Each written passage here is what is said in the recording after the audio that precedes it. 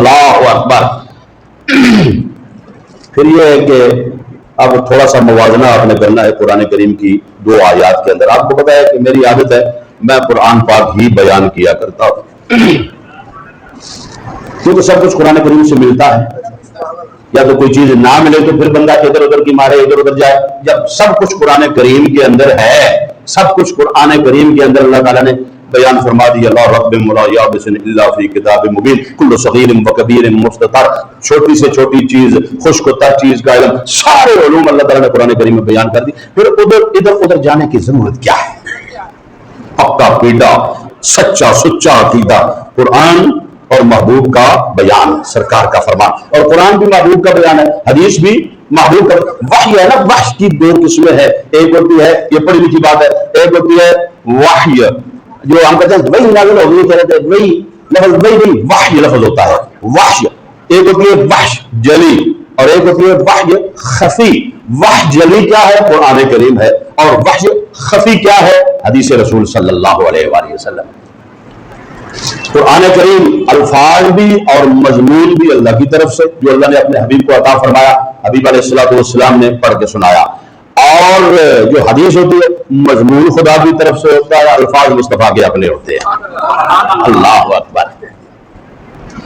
تو اب ذرا دو آیات کا آپ نے موازنہ کر کے ایک نتیجہ نکالنا ہے، وہ کیا؟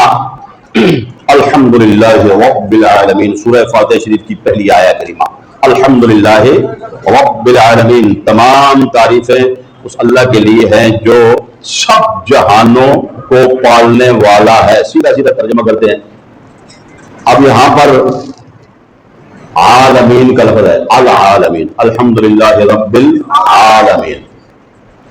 سورہ انبیاء کی جو آیہ کریمہ ہے 17ویں پارہ میں، وما ارسلناک الا رحمۃ للعالمین، اس آیت میں بھی سیم وہی لفظ ہے العالمین۔ ادھر ہے الحمدللہ رب العالمین، عالمین سے پہلے رب ہے، ادھر عالمین سے پہلے کاش کے سمجھ آ جاندی، ادھر عالمین سے پہلے رحمت ہے، بول چھوڑو، الحمدللہ رب العالمین، ادھر وما ارسلناک الا رحمۃ للعالمین، ہے ادھر بھی عالمین ہے، ادھر بھی وہی عالمین، ادھر عالمین سے پہلے رب ہے، ادھر عالمین سے پہلے رحمت ہے۔ اچھا یہ بتاؤ عالمین پہلے ہیں یا رب پہلے ہے؟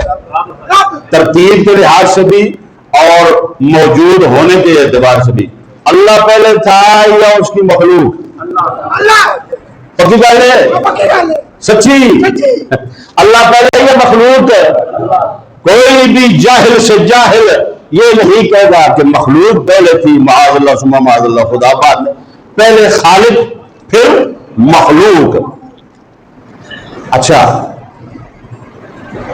رحمت پہلے ہوتی ہے یا جس کو رحمت چاہیے وہ پہلے رحمت کو بندوبست، جس کو جس چیز کی ضرورت ہے وہ موجود ہو تو اس کی ضرورت پوری ہوتی ہے، اور ترتیب کے لحاظ سے بھی ادھر بھی جہاں پر رب کے ساتھ عالمین آیا، عالمین سے رب پہلے ہے، اور وما ارسلناک الا رحمۃ للعالمین میں العالمین سے رحمت پہلے ہے۔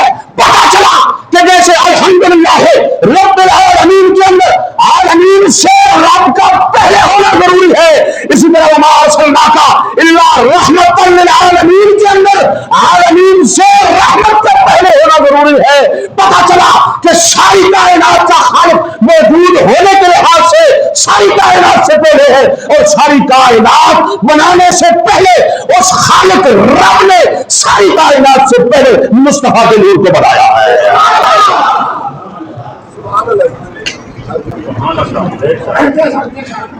یہ کتاب ہے میرے پاس، اس کا نام ہے نشر الطیب۔ جن کتابوں کے ان بزرگوں نے حوالے دیے ہیں وہ ساری کتابیں میرے پاس موجود ہیں، انہوں نے دو کے دیے ہیں، ان کے علاوہ بھی کافی کتابیں میرے پاس موجود ہیں جن میں یہ دو روایتیں موجود ہیں۔ میں اس کتاب سے پڑھ کے اس لیے سنانا چاہتا ہوں کہ اس کتاب کے لکھنے والے ہیں مسلک کے دیوبند کے بہت بڑے عالم جن کا لقب ہے حکیم الامت، مولانا اشرف علی صاحب تھانوی، اس کتاب کے لکھنے والے وہ ہیں، اور کتاب کا نام ہے نشر الطیب۔ نشر الطیب کا معنی ہوتا ہے خوشبو پھیلانا، یعنی انہوں نے کتاب کا نام یہ لکھا کہ اول تا آخر جتنی کتاب میں نے لکھی ہے میں نے یہ خوشبو پھیلائی ہے، اسلامی خوشبو۔ دوسری فصل، سابقین میں آپ کے فضائل ظاہر ہونے میں نبی پاک صلی اللہ علیہ وآلہ وسلم کی فضیلت بیان کر رہے ہیں، حضور علیہ الصلوۃ والسلام کی افضلیت کے اعتبار سے، حضور علیہ الصلوۃ والسلام کے فیوز و برکات کے اعتبار سے۔ لکھتے ہیں پہلی روایت حاکم نے اپنے صحیح میں روایت کیا، یہ کتاب بھی میرے پاس موجود ہے، کہ حضرت آدم علیہ السلام نے محمد صلی اللہ علیہ وآلہ وسلم کا نام مبارک عرش پر لکھا دیکھا، اور اللہ تعالیٰ نے آدم علیہ السلام سے فرمایا کہ اگر محمد نہ ہوتے تو میں تم کو پیدا نہ کرتا۔ اگر محمد نہ ہوتے، یہ اللہ تعالیٰ نے آدم علیہ السلام سے فرمایا اے آدم اگر محمد نہ ہوتے۔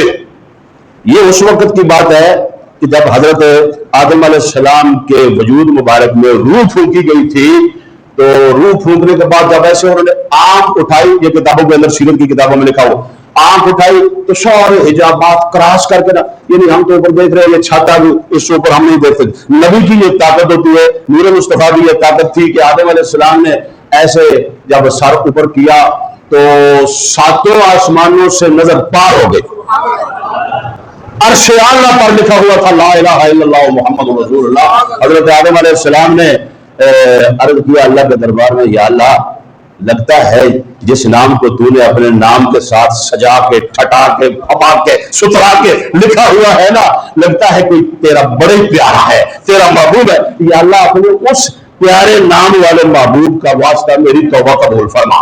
آئے آئے آئے آئے آئے۔ اچھا اب یہ روایت بھی آگے لکھی ہوئی ہے، ٹائم بالکل مختصر ہو چکا ہے بلکہ ختم ہو چکا ہے، وہ میں نے خلاصہ آپ کو بتاتا ہوں۔ بات یہ ہے کہ یہ حکیم الامت صاحب اپنی کتاب کے اندر روایت لکھ رہے ہیں جو درجنوں کتابوں کے اندر موجود ہے۔ کیا لکھا ہے کہ اللہ نے فرمایا آدم اگر میں محمد کو نہ بناتا، نہ پیدا کرتا تو تجھے پیدا نہ کرتا۔ اب بتاؤ سارے نبی بھی، ساری امتیں بھی، ہم بھی، قیامت تک آنے والے سارے لوگ جو ہیں وہ کن کی اولاد ہیں؟ آپ نے بتانا ہے، بولو کوئی نہیں، میں سنیا اونچی بولو، کن کی اولاد ہے؟ آدمی ہے نا، آدمی، تو پھر ڈر کر اونچی بولو، آدم علیہ السلام کی اولاد ہے۔ آدم علیہ السلام کو اللہ فرما رہا ہے اگر میں محمد کو نہ بناتا تو آدم تجھے نہ بناتا۔ پتہ چلا خود باپ آدم بھی اور آدم کی قیامت تک آنے والی ساری اولاد بھی ان کو وجود ملا ہے تو سرکار مصطفیٰ کا ملا ہے۔ وہ بدیا کلمہ پڑھنا رہا، وہ بدیا نماز پڑھنا رہا، وہ بدیا قرآن کی تلاوت کرنے والے ذرا غور سے کر، قرآن کی تلاوت کرنا اور نماز پڑھ گئے، کلمہ چھوڑے نبی نے پڑھ کے، یہ اس پاس سے غور نہیں کہ اپنے وجود سے ہی ذرا غور کر لے کہ جدہ وجود حضور نے سب کے نال بنیا، وہ سونے کے میلاد کو خوش ہونا چاہیے یا نہیں ہونا چاہیے؟